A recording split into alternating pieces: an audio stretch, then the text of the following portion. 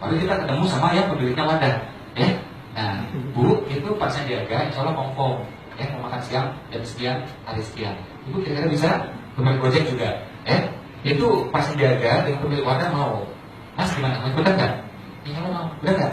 Yang belum kaya siapa? Kita. Ya. Berempat angka, jadi kumpulkan 3 orang kaya. Jadi orang itu maunya buat karya kita, tapi karena yang lainnya, tanpa manipulatif tentunya. Kita mau apa adanya. Ya. Ini saya pakai polanya saya. Ini polanya. Ya. Masuk akal? Masuk akal? Sesuatu yang masuk akal biasanya gampang masuk kantong. Betul? Nah, itu. Ada nggak yang dirugikan dari 3 pihak ini? Ada nggak? Enggak. Masa jaga untung? Untung. Yang punya wadah untung? Untung. Kita untung? Untung.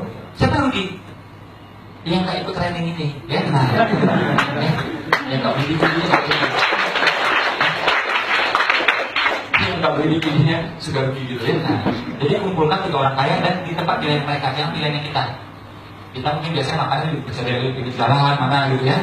Atau mungkin restorannya juga masih yang McD, AW gitu. Mereka beda. Mungkin di restoran Hotel Mulia, Marriott dan seterusnya gitu, ya. Nah, ikuti yang pilihan mereka. Ya. Oh, tapi yang keluar depan, ini pakai rumus berikutnya. Anda suka beli, miskin atau kaya? Kalau miskin, nih anjurannya. Dari indikasi. Indikasi itu adalah salah satu orang terkaya di Cina dan salah satu orang terkaya di dunia. Dia bilang kalau Anda miskin, jadi tahu diri itu penting. Banyak orang miskin nggak masih dirinya miskin gitu. Ya, kegeeran aja dia. Ya. Dengan saya miskin pun, ya, itu saya kalau masuk sebuah tempat, menurut saya itu penting, saya akan berada di depan. Saya masuk rumah ibadah juga berada di depan. Ya. Kayak gitu. Saya pernah mengambil saya sebagai VIP. Ini istimewanya satu orang seperti ini. Super VIP. Ya. Apa yang saya duduk gak jelas seperti itu? Oh, saya kayak gitu. Saya berhak mendapatkan tempat yang terbaik. Nah, gimana caranya pulangnya? Kalau enak. Ya, kita kan maunya yang susah-susah terus. Cari murah, bisa murah, ini murah semua itu kan. Makin susah hidup Anda nggak keluar dari dimensi itu. Ya, kebanyakan orang pas lagi rugi, dia lagi bengkak apa ya, dia makin susah dirinya gitu. Ya, lampu dimatiin, listriknya dihemat gitu ya. Nah, itu makin susah jadinya. Anda berada dalam dimensi susah. Kalau saya keluar dari dimensi itu, mood itu masih di Anda yang ngatur. Jangan kayak gitu. Ya, Anda jalan-jalan misalnya, mana Anda suka? Ke pantai boleh, ke mall boleh, kan jalan juga nggak pakai duit kok. Ya, mau keluar juga boleh, saya aja yang murah. Anda beli es krim paling cuma 10.000, ya kan? Anda harus keluar dari dimensi susah itu. Itu penting banget. Ya. Karena ada pikiran, ada perasaan yang lebih menentukan. Walaupun perasaan asal dari pikiran juga gitu. Nah, cara cepatnya langsung otak-atik perasaan yang cepat. Dan perasaan gampang diolah. Ya, jangan mau terpengaruh oleh keadaan, oleh cuaca, oleh macet. Jangan mau seperti itu. Terpengaruh oleh makian orang lain. Ngapain coba? Dia yang maki, mulut-mulutnya dia. Kenapa hati kita diganggu coba? Hati punya kita. Ya. Nah, itu bisa dipengaruhi dengan apa? Dengan pemilihan kata-kata, gerakan, ya, pakaian, lagu itu bisa. Ini tips simple ya, agar kita tetap termotivasi. Ya, itu gerakan bisa. Maka tadi saya bilang harus bergerak. Anda lagi sedih gitu ya, habis ditolak sama calon mertua misalnya gitu ya. Yes. Makanya dianjurkan di sini pakai kemeja, pakai itu semuanya. Itu muncul perasaan berbeda. Gak bisa coba, Anda pakai baju tentara coba. Pakai baju tentara, pasti perasaannya bagaimana luar biasa. Nah, Anda ganti baju koko, orang itu perasaan kayak saudara. Ganti lagi coba, pakai kaos, celana agak sobek-sobek dikit misalnya gitu. Sepatunya cat, ini perasaan muncul. Jalannya udah beda ya. Coba. Ya, jadi dari luar itu bisa mengalir ke dalam. Ya, idealnya dari dalam mengalir keluar. Ketemu ya cewek baru dari jalan 2 km sudah ditolak gitu ya.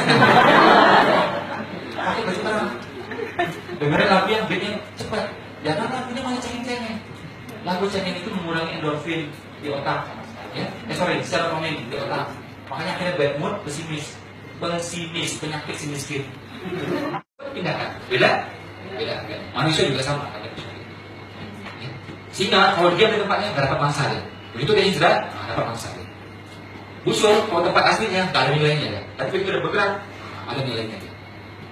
Itu kata Imam Syafi'i. Makanya dia bilang orang-orang yang tidak mau hijrah, tidak mau merantau, katanya Imam Syafi'i kata saya, itu orang-orang yang pemalas, nggak mau maju katanya.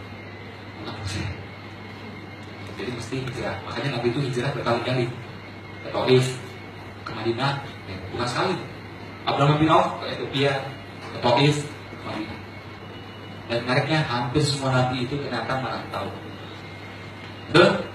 Semua Nabi, bukan hanya Nabi Muhammad, semua Nabi yang berbeda. Ya. Atau apa? Cara lebih gampang lagi, Anda ke bank. Kemana? Bagian kredit. Bagian apa? Kredit. Tanya yang macet atau yang mau macet. Mereka daripada disita, jualnya murah. Apakah Anda zolim? Tidak. Dia mau buat kita.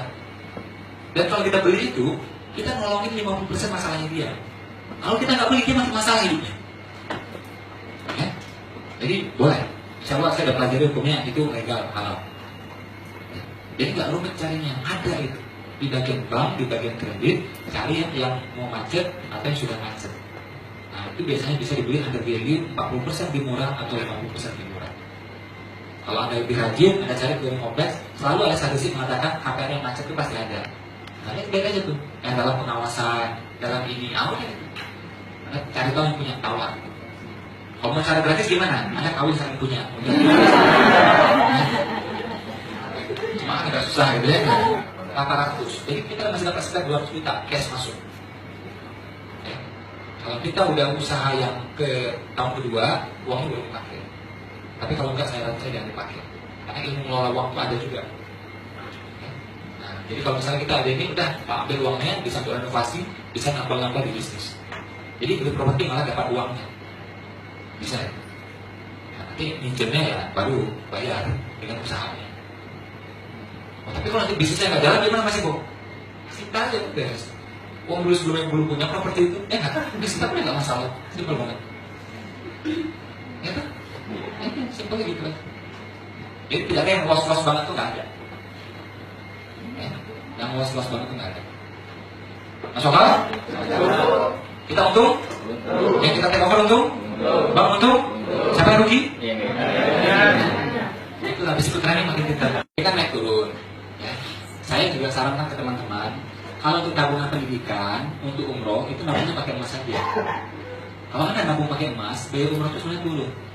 Kalau pakai rupiah, makin gila-gilaan. Kalau pakai dolar pun tetap dia naik. Sedikit dia naik. Cuma enggak terjal, landai dia naik. Kalau rupiah, terjal. Umroh yang saya dulu bayar cuma 17 juta, sekarang yang setara itu udah hampir 30 juta. Ya, itu sekitar 4 tahun ya. Nah, tapi kalau Anda nabung emas, biaya umroh itu turun sebenarnya. Karena emasnya naik. Ya. Makanya Nabi bilang 1 dinar zaman dulu boleh, dengan sama sekarang dapat kita hewan kurban yang sangat-sangat baik sama nilainya. Karena nilainya dia tetap. Nah itulah fungsinya emas, menjaga nilai, bukan melipatkan nilai. Nah kalau kita pengen invest di emas dan selalu untung, macam-macam strateginya ya. Yang saya bilang bisa diterapkan oleh semua adalah kalau strategi yang pakai adalah cost averaging. Ya, tiap kali terima uang, misalnya gajian bagian karyawan atau profit, setelah terima uang, H+1-nya itu langsung ya 5% sampai 10% dibelikan emasnya. Nanti dapatlah cost rata-rata, namanya itu cost averaging. Nah kadang-kadang kita terbeli mahal nggak masalah, penting disiplinnya. Karena apa? Dalam jangka panjang ya dia akan naik terus. Walaupun tiap bulan itu turun, tapi jangka panjang dia akan naik.